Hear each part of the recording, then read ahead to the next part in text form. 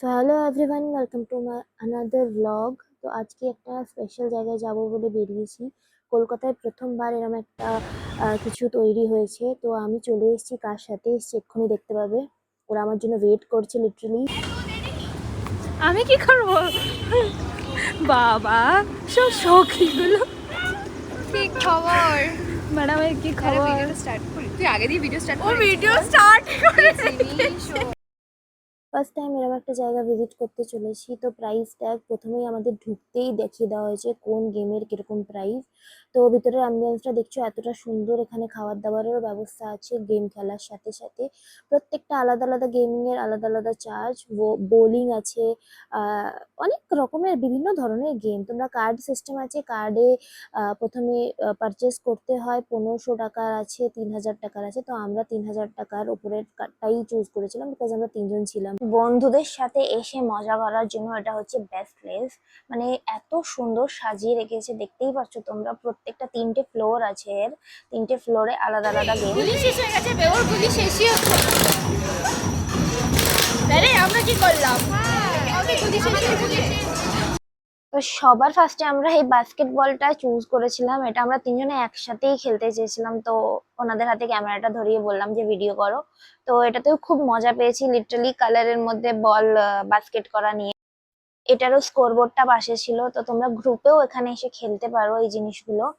তো আমরা কে জিতেছিল কে জেতেনি বুঝতে পারিনি, কারণ কারণ নামটা আমরা প্রথমে দিতে ভুলে গেছিলাম। তো তোমরা যারা আসবে তোমরা নিজেদের নামটা আগে দিয়ে নেবে, তাহলে বুঝতে পারবে যে জিতছো কে।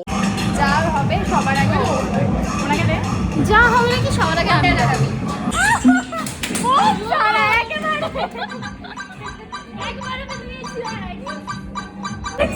একটা রাউন্ডও কমপ্লিট করতে পারিনি, চোখে দেখতে পাচ্ছি না বলছে। আমরা পুরো কমপ্লিট করেছি। এর তো বুঝতেই অনেকটা সময় লেগে গেছে। কমপ্লিট করেছি, আমিও কমপ্লিট করেছি। বুঝতে চলে গেছে কি হচ্ছে। হ্যাঁ, দুটো রাউন্ড তো বুঝতে চলে হ্যাঁ, গেছে কি বুঝতেই হচ্ছে, time কোথায় চলে পারবো। এই নি ম্যাডাম দেখতেই পাই। হেজি ভাই, পুরো হেজি, আমি দেখতে পাচ্ছি না, ওপরের গুলো দেখতেই পাচ্ছি না আমি। বলো, আমি তো এখনো ট্রাই করিনি, আমি পারবো না। আর আমরা তো রোজ করি, রোজ রাম নাকি রোজ তীর্থলোক চালাবে, আমরা রোজ মারছি এটা। এই পারবো ফেরবো পার না, খেল খেল খেল, হবে হবে হবে, খেল। জোরে মার, জোরে টানবি তো। এটা কি ছিল, এটা কি ছিল ভাই?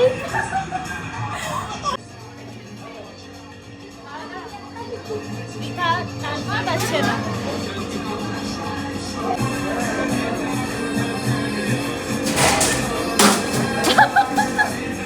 এটা কোন দিকে তোর এম তো স্ট্রেট, তুই এদিকে করলি কেন?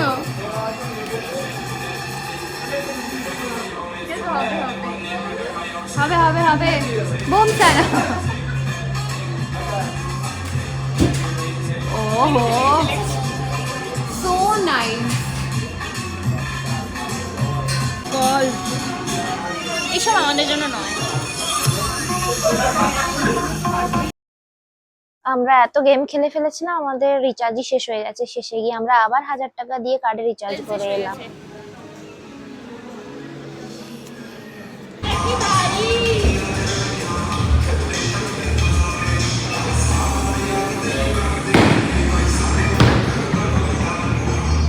যাবে যাবে যাবে, হবে হবে হবে। ও বোম।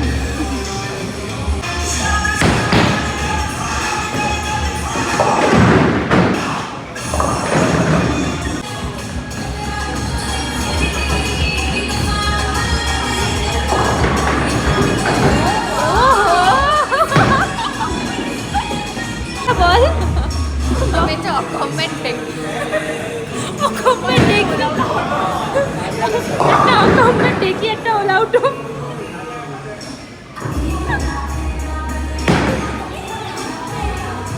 সো তোমাদের আগে থেকেই বলে রাখি যে এই যে মোজাটা আমি পরে আছি, এটা কিন্তু আমি বাড়ি থেকে পরে আসিনি। তো স্পেশালি এখানে বোলিং করার জন্য আমাদেরকে পারচেস করতে হয়েছে 50 রুপিস দিয়ে পার মোজা। তো বেবোর আর আমার ছিল না বলে আমরা দুজন পারচেস করেছি, পৃথা অলরেডি মোজা পরেছিল। তো তোমরা যারা আসবে ভাবছো বোলিং করতে, তারা প্লিজ মোজা গাড়ি করো। প্রতিটা বার বোলিং করতে আসলে আমার হাতটা কেটে যায়, নখটা ভেঙে যায়, এবারেও ভেঙে গেছে। খুব ভালো, শুধু আমার চশমাটা থাকলে ভালো। হেভি মজা হয়েছে। কি হয়েছে বল? চশমাটা থাকলে একটু ভালো হতো। রিসার্চ নামটা বেকারি কানা। কানা নামটা কার হওয়া উচিত? আমার হওয়া উচিত, কারণ আমি লেসন করিয়েছি। হ্যালো, তুমি বড়লোক তাই করিয়েছো, আমি যদি বড়লোক হবো আমিও করাবো। হসলা রাখতে হবে। খুব মজা করলাম খুব। তো এখানে খুব মজা করার পর আমরা বেরিয়ে গেছি, পাশেই প্রিন্স ছিল, প্রিন্স দ্য ক্লাব, ওখানে আমরা গেলাম ফার্স্ট টাইম। তো লোকেশনটা তোমাদের বলে দিই, সেক্টর 5 RDB সিনেমা হলের ঠিক পাশেই। এটা বেবো ফেভারিট জায়গা। তাই তো বেবো। এই হ্যাঁ, এটা তুমি নিন, এদিকে আয়। আপনারা কি জায়গাটা দেখে চিনতে পারছেন এটা কার ফেভারিট জায়গা? এটা বেবোর ফেভারিট জায়গা, এখানে বেবো আসতেই থাকে। এই আমরা ধাক্কা দিয়ে গেলাম। সো উপরে এসে আমরা এখানটা বসেছিলাম, উপরের অ্যাম্বিয়েন্সটাও খুব ভালো।